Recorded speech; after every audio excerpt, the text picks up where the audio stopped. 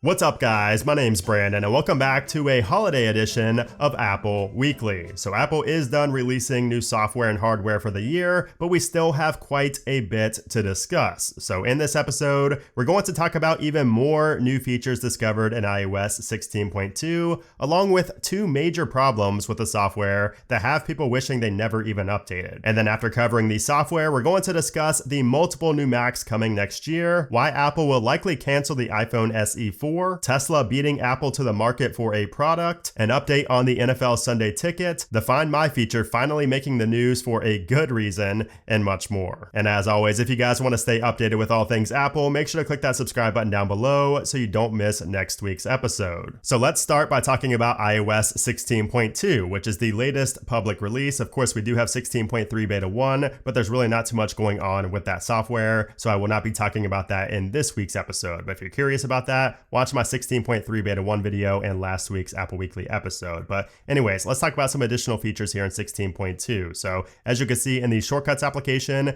we have several new actions for books. So we have 16.1.2 over here on the left, 16.2 and later on the right, and you can see we have multiple new actions and we don't only have the add PDF to books. So you can now search in books, turn the page, play audiobook, open book, all of that you could add to your shortcuts or your automations. We also have several improvements in shortcuts, including the set parked car action no longer presumes you're with your car. The speak text has improved reliability, and the start timer action adds a prompt to select a time. Now also in 16.2, we have a new toggle at the bottom of our iCloud settings that has not appeared since the original 16.0 software. For whatever reason, it was removed, but now it is back. And we're not talking about advanced data protection. We're talking about this toggle right here that says access iCloud data on the web. So you can actually turn that off so that you are not able to, or anybody else is not able to access your iCloud data from a web client. So that basically they're going to have to be on your iPhone to access your iCloud data. And you will see this splash screen appears right here and asks you,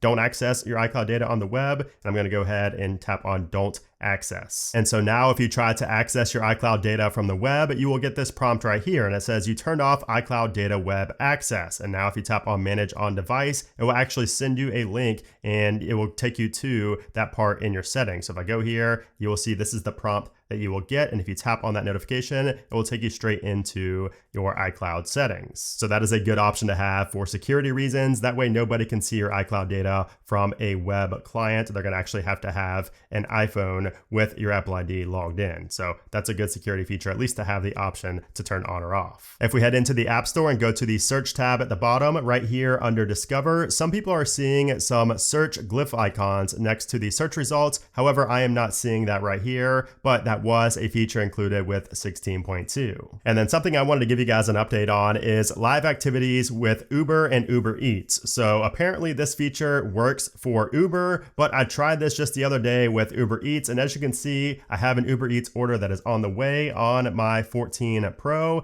and I'm not getting any type of live activity. I even checked in settings to make sure my location was on. I ticked and unticked the live activities toggle, and still nothing for Uber Eats. So I did try this with Uber and it works with Uber, but for some reason it still is not working with Uber Eats. And then I also wanted to talk about a feature in 16.2 that I've been using a lot more than I thought I would, and that is in Safari. So if we tap on the two A's right here, we have a new toggle here that it shows and hides our IP address. And this of course is related to the private relay feature. So if you tap on show IP address, it will show your IP address, and you can go ahead and tap it again and it will hide your IP address. You can see the toggle changes right there. And this is nice to have because before I used to have to go all the way into settings to change that, and now we have a shortcut for it. All right, so now let's talk about one of the features that has a lot of people wishing they never even updated to 16.2, and that is related to the home application. And Apple has actually just removed the option to update your home architecture on 16.2 due to ongoing bugs and issues stemming from this pretty big change. So I talked about this in my past few episodes,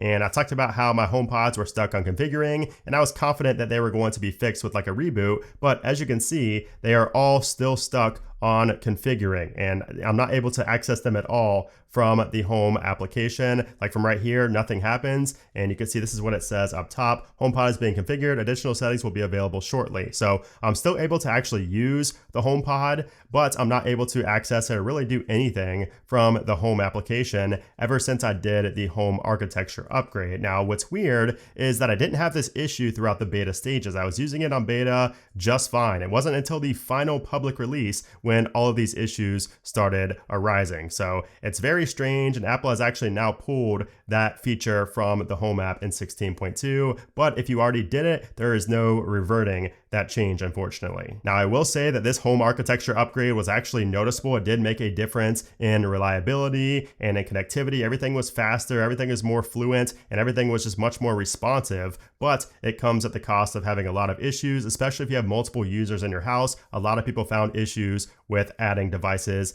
with multiple people, multiple users in the house. Apple did also just provide a statement on this saying, quote, "We are aware of an issue that may impact the ability for users to share the home within the home app. A fix will be available soon. In the meantime, we've temporarily removed the option to upgrade to the new home architecture." And they also posted a support document about this change as well. So the fact that they, made a statement on this, and they also said that a fix will be available soon, that makes me think that we could actually see 16.2.1 sooner than expected. I think that this kind of calls for a new double point update, because I find it hard to believe this is going to be an over-the-air fix. I feel like it must be something a little bit deeper that cannot be pushed just over the air. I may be wrong, but we'll have to wait and see. I really hope that we do see a 16.2.1 sooner than later though. And another pretty major issue that is affecting iPhone 14 Pro users is this right here. So this is apparently flashing horizontal lines upon boot up on iPhone 14 Pro and Pro Max devices after updating to 16.2. So,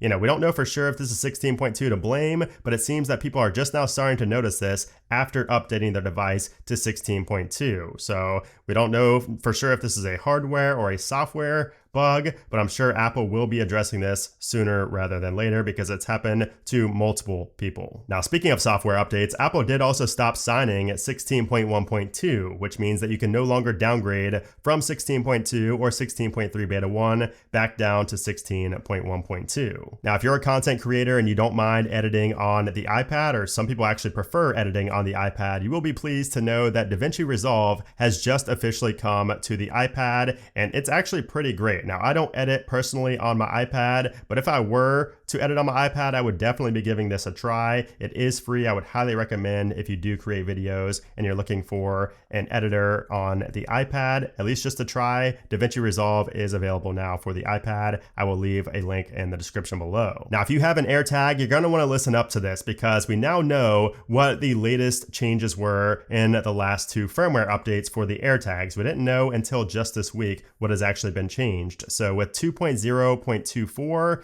that actually enabled precision finding to help locate an unknown AirTag that was detected moving with you. So now you can use precision finding, which is where you get like the arrow and it shows if you're close to an AirTag that is not yours. That way you can actually find out where it's hidden. And the second bullet point says, if your iPhone is awake, a notification alerts you when an AirTag that is separated from its owner is traveling with you and emitting a sound to indicate it has been moved. And then in the latest firmware 2.0.36, it says resolves an issue with the AirTag accelerometer not activating in certain scenarios. So a lot of actually notable changes and features added here with the last two AirTags updates, and especially the precision finding to help locate an unknown AirTag. That's a pretty big change. So just know about that if you do have AirTags, or if you come in contact with an unknown AirTag that is tracking you unknowingly. Now, I also wanted to mention that the dark sky application will be shutting down on January 1st. So if you use that as your weather application like I did for the past several years, you might want to get used to using the default weather application now, because of course Apple did acquire dark sky in 2020 and they integrated a lot of that data into the default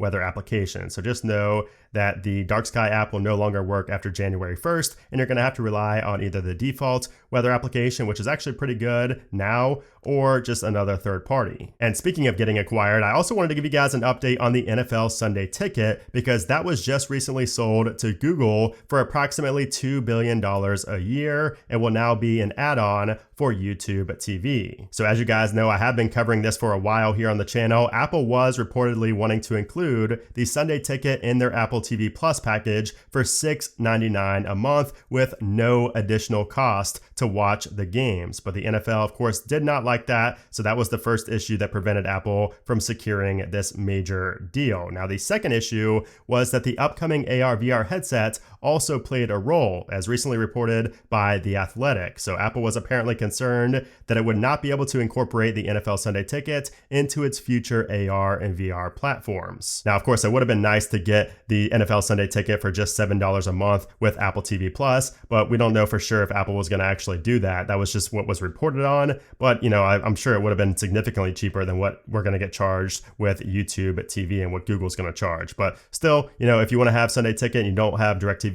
now you have a much better way to access all of the NFL games. Now, if you have still not picked up a gift for somebody and you want to get them an Apple product, Apple is actually offering 2-hour delivery for free on December 24th. The day that you're seeing this, you can get free 2-hour delivery from Apple retail stores. So it's only for eligible products in certain areas, but it is a nice little promo they're running to get you that last minute holiday gift. But as far as bugs go in iOS 16.2, there's really not too many issues I'm having on the software. Now, I know some people are seeing things like blank notifications. We also have the issue where the volume controls during a phone call or FaceTime call are just simply not working. That's been there for a while. And then also sometimes I've noticed when I go into settings and then go to my wallpaper, this just takes forever to load or just does not load at all. Even if I force quit out of settings, it just seems like the wallpaper section takes forever to load. Even if you only have one set of wallpapers, it sometimes will take a while. But there's not really too many other issues I'm having so far with 16.2 or 16.3. But if you guys are having issues or bugs, please let me know in a comment down below so I can address those. All right, so now let's talk about what to expect next from Apple. So next up is going to be iOS 16.3 Beta 2 for beta testers, and that is most likely coming on the week of January 9th. If I had to guess on a specific day, I would say right there on January 11th. That is just a guess, but I don't think we're going to see anything on the first week of January. That's not typical for Apple, so it's probably going to be the second week of January right there before we get any type of software release. Now, as far as a public release,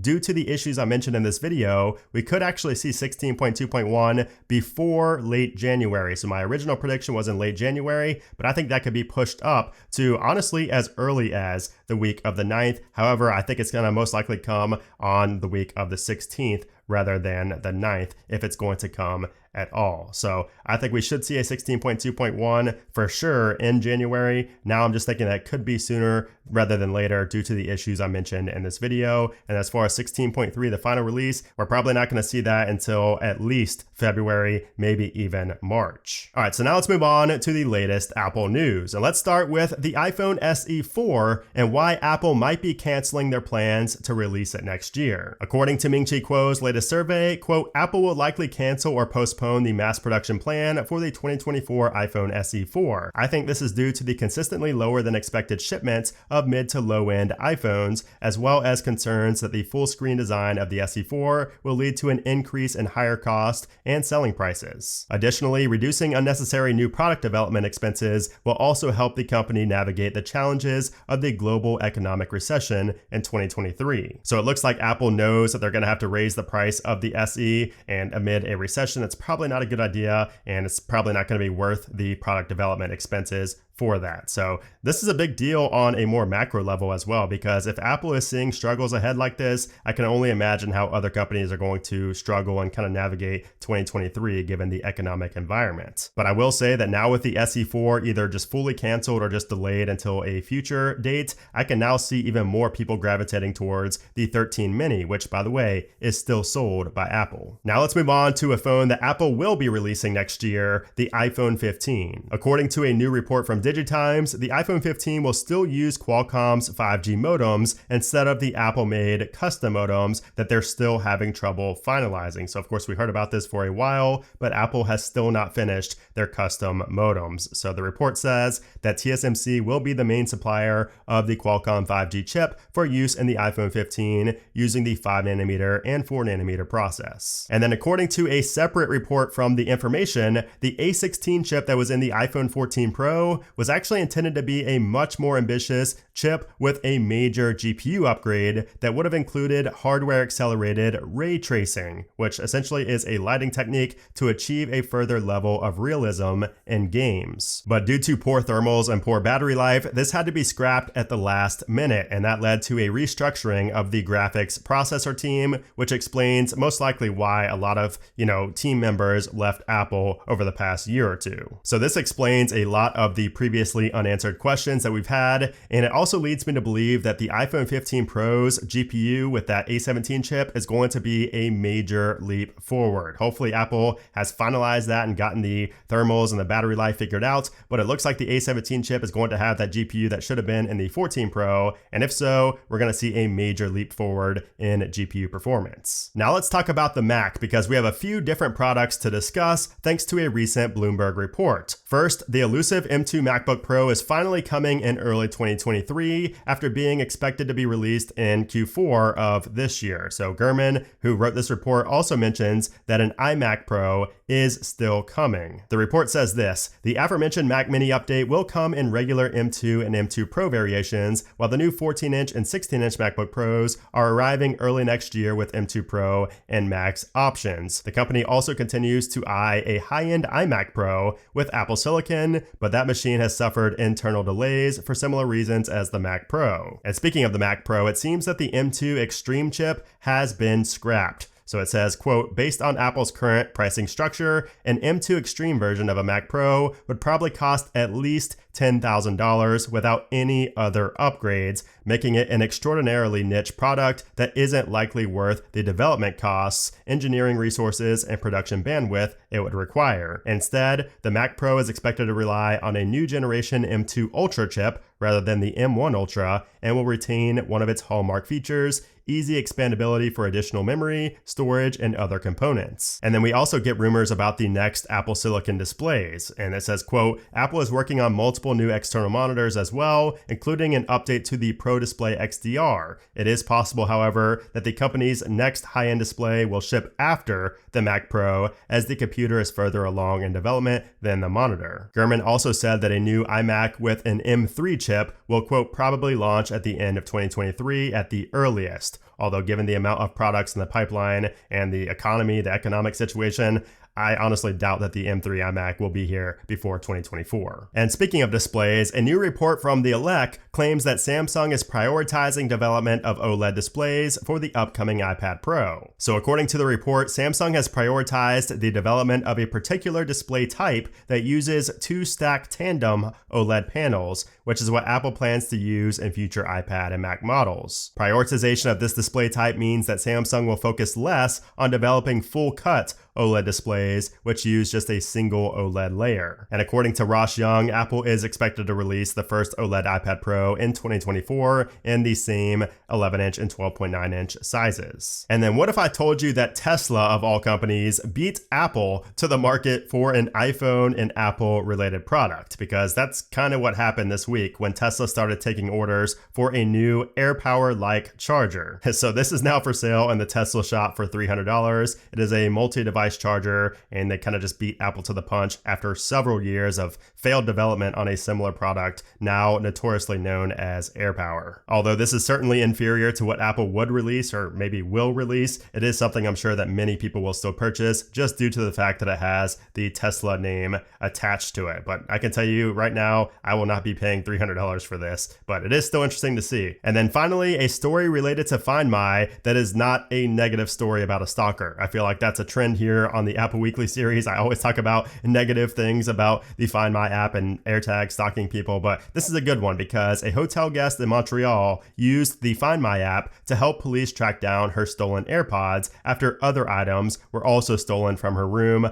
by a hotel employee. Yes, an employee. It all started back in June when a woman filed a police report due to the staff not helping her locate a Louis Vuitton purse and some cash that had been taken from her hotel room. And after initially getting nowhere with the hotel staff or the police, she eventually noticed that her AirPods were also missing, so she checked out the Find My app where she saw them move between the hotel and a second location over the course of multiple days, indicating that it was probably going to be an employee that stole her AirPods and presumably the other items as well. And after reporting this info to the police, they secured a court order to get a list of employees from the hotel and also got authorized a search warrant for the address that repeatedly appeared in Find My. And then several months later, on November 29th, an officer recovered the stolen AirPods and confirmed that a hotel employee was in fact the thief. But there was no trace of the handbag or the cash, just the AirPods. And of course, since the investigation is ongoing for that reason, we don't know who the thief is or what they are going to be charged with, but I'm sure they are detained right now. So take this as a lesson. Don't leave valuables